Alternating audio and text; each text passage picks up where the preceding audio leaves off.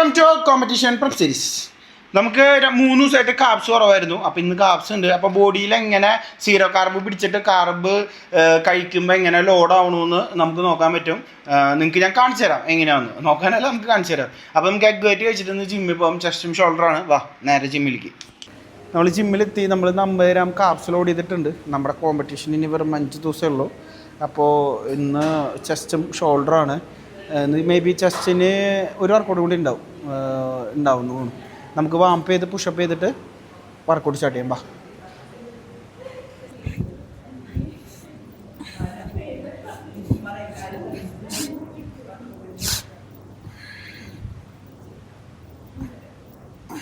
നമ്മുടെ first workout പെക്ക് fly ആണ്. നമുക്കൊരു മീഡിയം വെയിറ്റിൽ 20 റെപ്സ് ചെയ്യാം.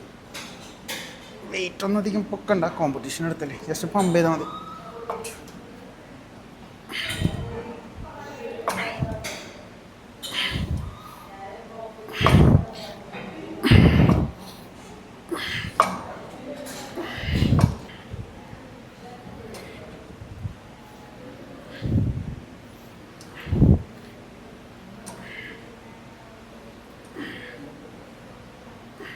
Second workout crossover. അപ്പോൾ നമുക്ക് മീഡിയം വെയിറ്റിൽ 20 റെപ്സ് ചെയ്യാം.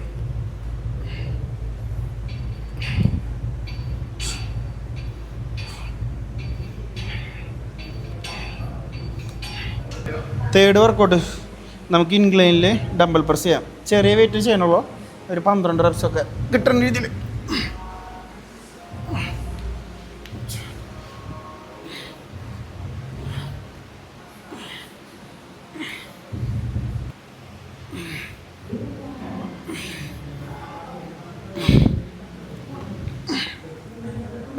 നമ്മുടെ fourth and last workout hammer പ്രസ്സാണ് ചെസ്റ്റിന്. ഇത് കഴിഞ്ഞിട്ട് ഷോൾഡറിന് ചെയ്യാം കേട്ടോ. ഒരു 15 റെപ്സ് ചെയ്യാം.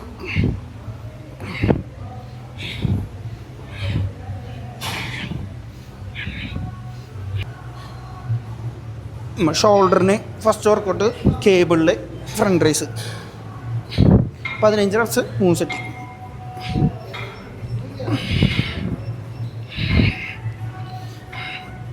ഷോൾഡറിന് സെക്കൻഡ് വർക്കൗട്ട് കേബിളിൽ ലാറ്ററലൈസ് ചെയ്യാം. നമുക്കൊരു 12 റെപ്സ് വെച്ചിട്ട് 4 സെറ്റ് ചെയ്യാം.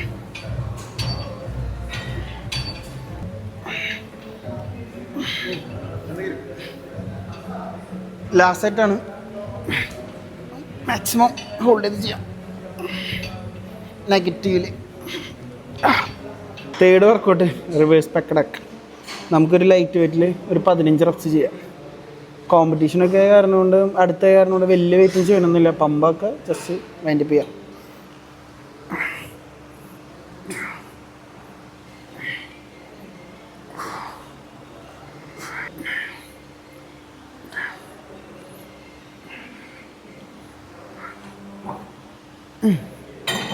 Last workout സ്ട്രഗ്.